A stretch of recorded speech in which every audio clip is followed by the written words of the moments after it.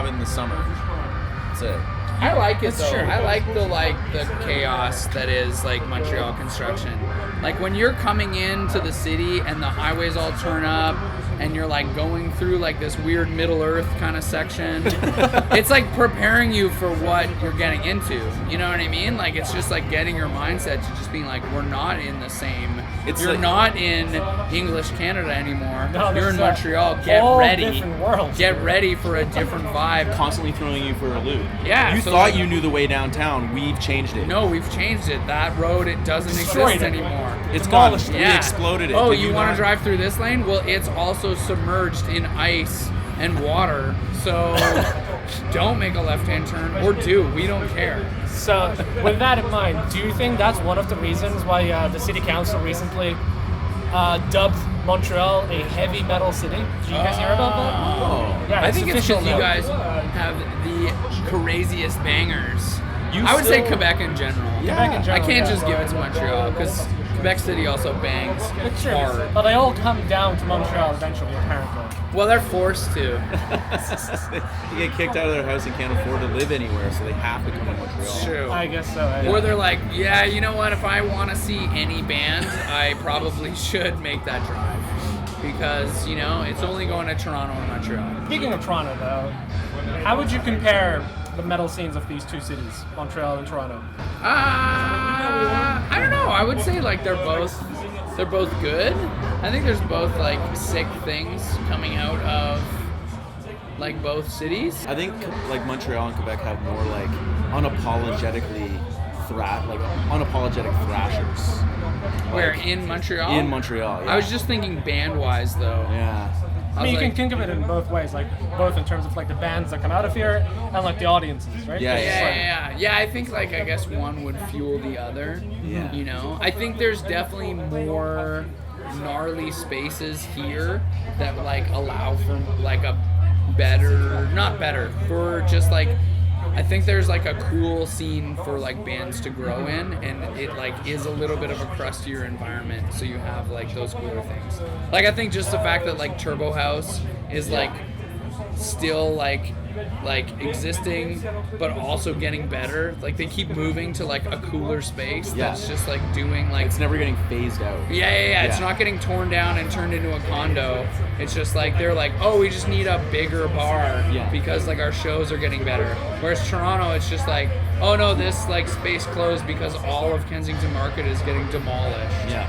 So we're just like, by nature. That was kind of like my long answer that I'm now able to spit out. But that's where I was thinking. I was just like, Turbo House is the reason why Montreal's cool. That's the long story short. Now that like we're the heavy metal city, like these like iconic locations are going into like bigger places. Do you think it's becoming easier for new bands to form and like kind of like make a name for themselves? How did it work for you guys, for instance? You're not from Montreal, obviously, but No, but I think in the time, like the places that we grew up, we had those kinds of spaces, like the smaller spaces that like a bunch of people would go to, and it was just kind of like very DIY organized to be able to have shows. Whereas like Toronto is less and less and less of that. Yeah, I think it's always evolving though. I think they're trying to figure out like different spots that they can actually like do things and like make sure stuff's happening.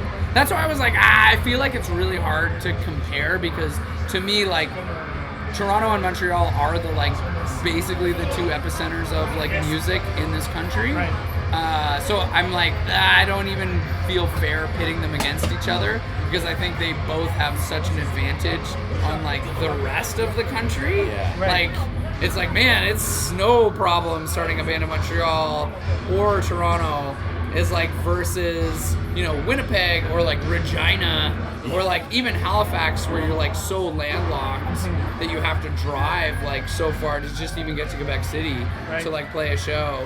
It's like those disadvantages I think don't exist. So it's more like, I see where like, like Toronto and Montreal are in like a good equal kind of like, footing for basically like bands to do well. Yeah. It's pretty Sucks cool. to be from Regina Sucks if to be you from want to Regina. like go on tour. Yeah. But when you can do it, like respect. Yeah. It's true. Big respect. So let's talk a bit about your most recent work, the Spark That Moves. Yeah. So I've been listening to that and I really like it. Oh, right Particularly on. like Brightest Days and Heads Will Roll. Ah, I cool. like them. So can you tell me a bit about the creative process behind that album? Like, what are some of your inspirations? How do studio sessions go? How do you come up with new stuff, basically? I would say the most unique thing about this record versus other ones is that we now don't live in the same city. Like Jay and I do, but at the time, like Mikey had moved to Winnipeg. Scott was also, his wife is from Slovakia, so there was lots of points when he was in Slovakia. So a lot of the like first jams were like Jay and I, just because we were the only two people in the city.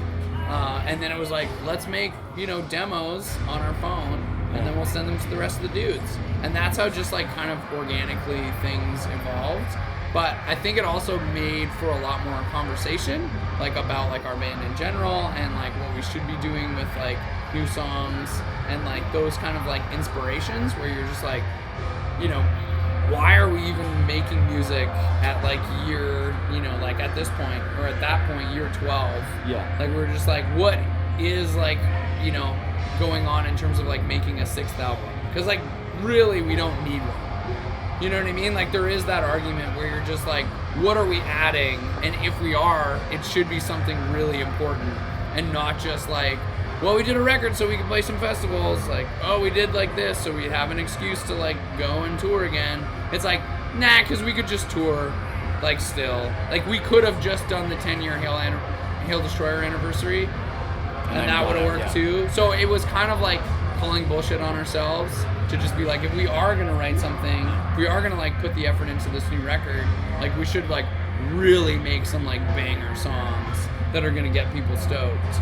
But like, and not just like go through the motions and be like, well, we made the stoner song, we made the thrash song, and like now we have the punk song. Like instead of like kind of getting caught up in that, it was like, oh, but what songs are we actually like looking to add to a set list, or like what's something that like is injecting energy like into our set. So it was cool because then everyone was like, oh yeah, you're right, like let's actually do this. Like, and then let's everyone was kind of like ourselves in their own pocket. Like Mikey's in Winnipeg getting the demos, and Scott's in Mississauga or Slovakia, wherever he is at the time, getting demos, and everyone's like then listening to it, getting their ideas, and then coming back and being like, this could be this way, this could be better, this could be that. So it was like intensifying everything for everybody as far as like the songwriting. So would you say that you've gotten more experimental, or like what's different, would you say? I think we got more focused. Yeah. So less of like kind of like one overthinking like what we should do to make our band like bigger or like more successful or to carry on the success, and more just being like, yo, being in Cancer Bats is sick, let's make a sick Cancer Bats record. Like if someone wants to make a ska record, like you can easily go start a ska band. Like if somebody wants to like do black metal, like I think blast beats are super boring, I do not want them in our band. You know what I mean? And it's just like, fair. Those are like sides where I'm just like, no, this is like, I want to play songs that are fun. Yeah. Like I don't need to like try something else. Or if we do, let's totally start like Ska-Talica. Yeah. And like, let's go and rip it. It was like, what's the vibe?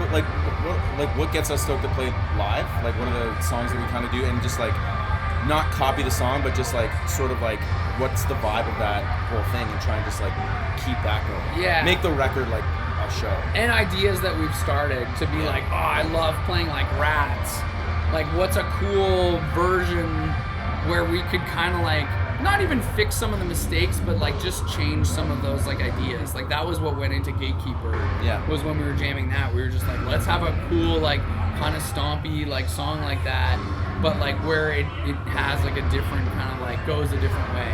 And then it was like we wrote Gatekeeper like super quick, just like being like, oh, that was sick. Like okay, like it's just now like focusing in on what's like really fun about being in this band. With that in mind, I guess, what can fans of Cancer Bats hope to see in the future? What does the future hold? I guess just more vibes. I think that's the thing, was that like this really boosted our confidence in terms of like that style of like songwriting and that style of like excitement, like in terms of just being like, well, let's like just make songs that we're excited to play, and like let's just do stuff that we think is cool and not try and like, you know, get too far from like For so long it's where been we like started. For so long it's like people never seem to know how to like pigeonhole Cancer Bats to be like, you're a metal band or you're a hardcore band, you're a punk band. So it's like, well, let's actually just like expand on that and like just who cares? We're just gonna play what we want to play and actually make it a wicked vibe. Yeah. Yeah. So I think they could expect more wicked vibes. Wicked vibes. Let's go. Just wicked vibes. Wicked vibes. 2020. Just expect our wicked vibes. See if you can handle our wicked vibes. Wicked vibes. Wicked Let's go. vibes. Wicked vibes. Wicked vibes. Cancer Bat 7. Wicked vibes. It'd be like WYKEZZD What? vibes. I love this. Thank you so much for talking to me today. This has been Forget the Box at Heavy MTL.